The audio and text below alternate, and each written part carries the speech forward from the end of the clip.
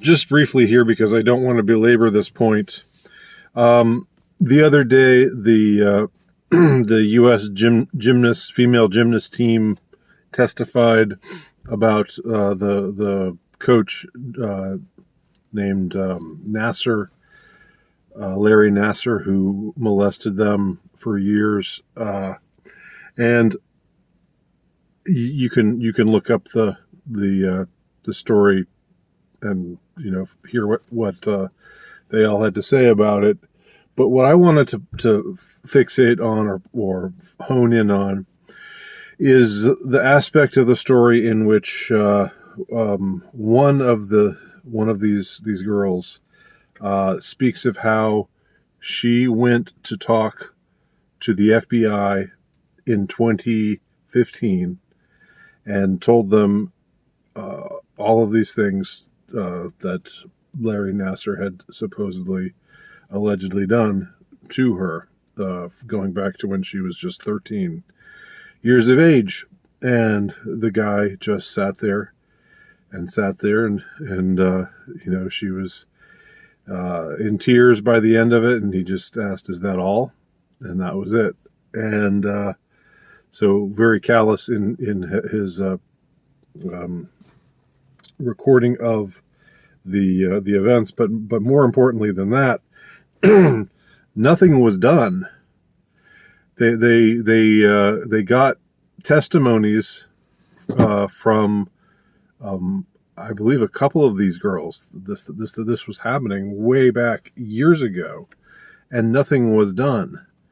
And there was no investigation forthcoming for a long time.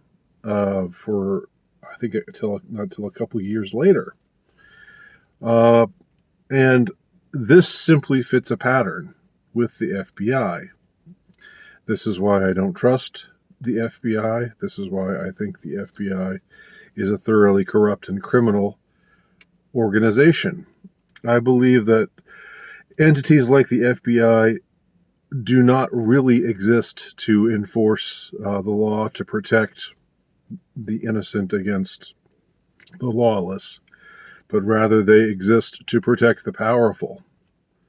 And this case is just another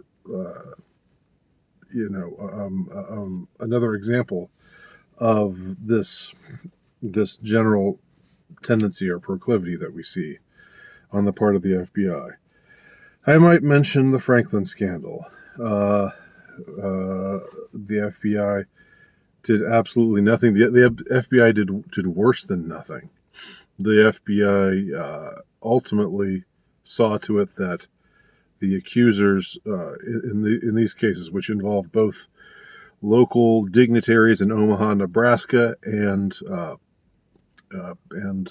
luminaries in Washington, D.C., they saw to it that the children who were victimized in these cases not only were dismissed, and nothing was done based on any of their accusations, but more than that, worse than that, they actually put a couple of these kids on trial for perjury, which is just never done. This is not something that you typically find happening, and it was a very it was a move that suggests that they were sending a message, for the kids who recanted, who were intimidated into recanting. They all were allowed to go off and do their thing, and a lot of them afterwards mysteriously died. But the two who refused to recant were absolutely put through the ringer, and it's a painful story to read. It was so infuriating. I couldn't even get through it in the book, The Franklin Scandal. It's all recorded there. Alicia Owen is the name of one of them. Paul Bonacci is the other. So in the Franklin Scandal, as well as in the Epstein scandal. We had, if you go to Sean Atwood's YouTube channel, which I haven't done for a while, but he had some very crucial interviews there that he gave with, I can't remember her name right now, one of the original accusers of Epstein, going way, way back into the mid 90s, like 96 or so. One of the original accusers of Epstein and many others, including Ghislaine Maxwell. And she talks about how the FBI absolutely, they heard her story, and they heard her accusations and did nothing. All of these cases, what do they have in common? Powerful people who are accused of heinous wrongdoing with regard to the treatment of children. But all of these cases, the FBI rushes to protect the guilty at the expense of the innocent.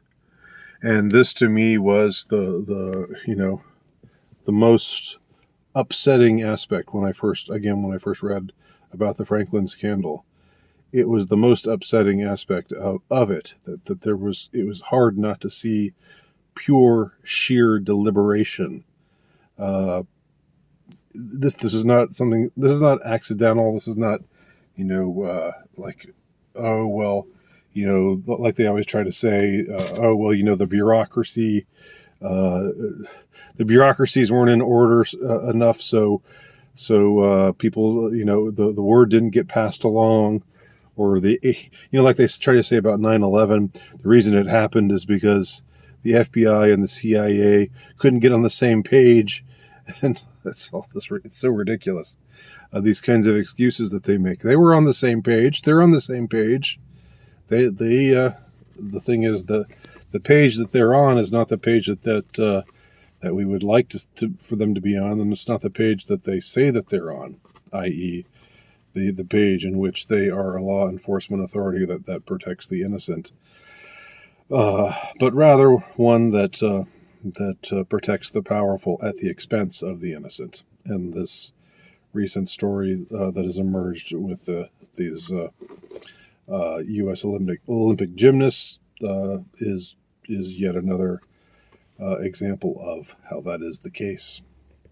Thanks for watching. My name's Andy Nowicki. Please check out my work at ultrarightnovelist.com. Look at my latest book, The Insurrectionist. It's at terrorhousepress.com, available right now electronically for a mere 99 cents until September 22nd.